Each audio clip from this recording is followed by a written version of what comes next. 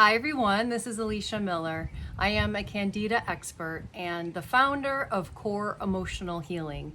I'm here in our office in Costa Rica where I live and work with my husband, Doug Miller, PhD. Today I am going to talk about the Candida diet and its role and limit in healing from Candida symptoms. And I know from my personal experience, because I dealt with Candida for 15 years, I tried to heal from all kinds of Candida symptoms, from head to my legs. Didn't have it on my toes. And I tried every single cleanse. I did the diet here and there. I tried different diets. I did fruit diet and vegan, and I did water fasting. I did tons of antifungals, and I also did the very strict Candida diet for 2 years, and it still would come back no matter what I did. So I took a deeper journey into what was actually causing it and discovered the root emotional cause to Candida. And that was 8 years ago, and I have been working with people all around the world ever since. That's when I developed the Core Emotional Healing process to fully address the emotional root cause of Candida, which is what's actually causing your symptoms. So you can imagine if you're focused on the Candida diet, which everyone begins in that place. When you discover you have Candida, the process that most everyone goes through is to go to the doctor and you get creams or diflucan, and it comes back, so it doesn't work. So then you get fed up with the doctor, or the doctor says you don't have it, it doesn't exist, it's in your mind. So then you go into books and research and Googling, and you start the diet, and then it becomes a very hard path from there. If you're focused solely on the diet and cleansing your Candida with antifungals and cleansing your liver and colon, which is all very beneficial, by the way. So I want to start off by saying, yes, go ahead and cleanse your body. That is always helpful, especially if you've had a lifetime of emotional eating and eating things that aren't good for you. You can really become toxic. So it's always good to cleanse your body if you are toxic. You may discover some physical things that are contributing to it, such as mercury toxicity. You can also have just overloaded of chemicals and medicine. I was on the birth control for a very, very long time. I thought that's what created it. Antibiotics can also throw off their balance, as most of you probably know. So do all of those things. Address the physical things that are contributing to your Candida. Eliminate the medicines, eliminate the toxins, eliminate the chemicals and the mercury. Do some cleansing. That is beneficial. And then don't stop there, because what I see is that people then continue to have symptoms even though they've cleansed and did the diet for a long time, and get really frustrated. And what happens is most people then go and research or go on into a Facebook group with thousands and thousands of people who are trying to heal, who all think they know how to heal, but they haven't healed themselves. And they're listening to everyone else. Oh, don't eat fruit. Oh, only eat fruit. And then that's when it can get really confusing. And what happens is all of those emotions that get triggered through even the healing process by focusing on the diet can contribute to your symptoms.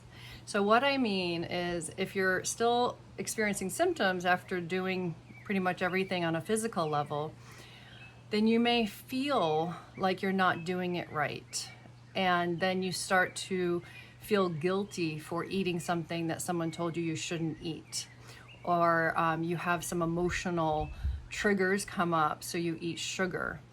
Now, the sugar isn't the thing that is the problem at that point. What is creating the symptom is the emotional triggers, which are your emotional wounds from childhood, which is where to focus to fully heal. So what I want to say about the Candida diet is do what works for you, because ultimately it's not the diet that heals you. It's you healing your core emotional wounds from childhood and the patterns that happened from those wounds. Most people I work with are not aware of childhood emotional wounds and traumas, or they think they have already addressed them. So my tagline is your symptoms are a gift, because they're there to show you there's more for you to heal on an emotional level. So go ahead and relax around the diet. It's not the diet that is creating your symptoms. It is your core emotional wounds that are expressing themselves. And each one, different symptom, has a different message for you. And that is the work that I do. I help all of my clients, not just with Candida, but chronic physical symptoms, anxiety, depression, and codependent relationships where you're not getting your needs met, all have the same root cause. You may also be experiencing emotional eating or eating disorder. I have healed from both of those as well. That's all related. All of it's related. So when you're just focused on the diet, it can actually create more of the same feelings that you're trying to heal from. Feeling like a failure, feeling like you're not doing it right, needing to get it right, needing to be perfect, and then just not feeling good enough. All of that is a part of the emotional pattern that you need to heal from childhood.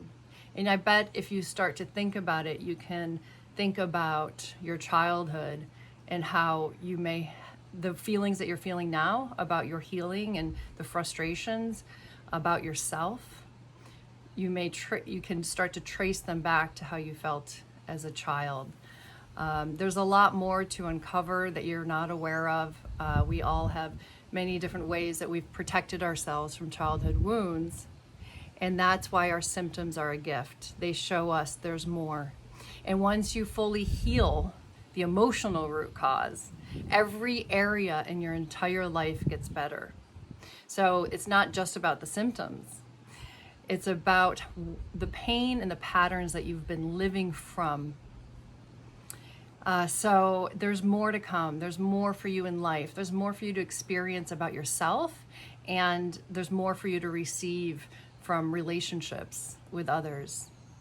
You may even have hidden gifts that are underneath all the emotional wounds that need to be released. So repressed emotions are what's creating your Candida.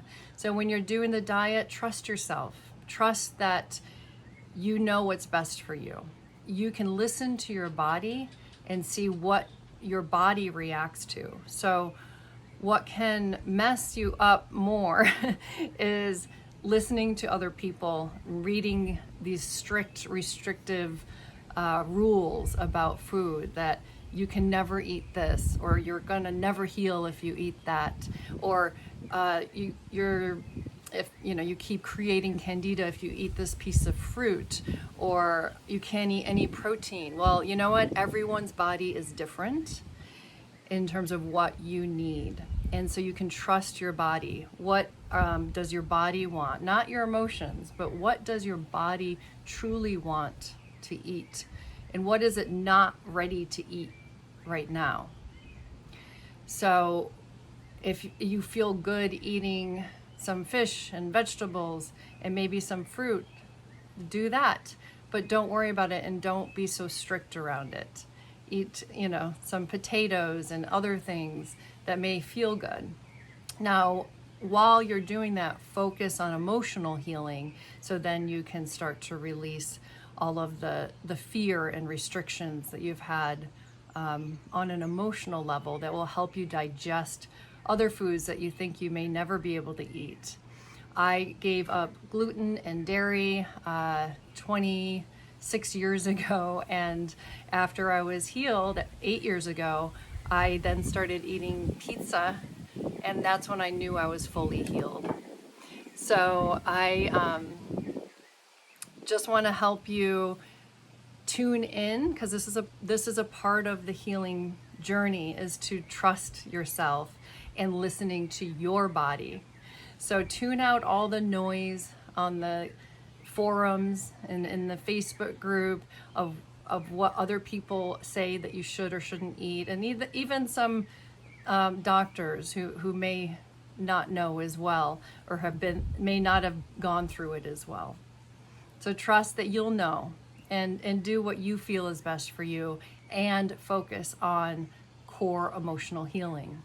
Now, I have a free webinar that you can get on my website. I'll list the link below, and I explain what it takes to fully heal the emotional root cause of Candida and all these other symptoms and unwanted behaviors and patterns in your life. And go ahead and subscribe and let me know what else you want me to talk about, and I'll be happy to discuss any topic and questions for you. Thank you for tuning in and for subscribing.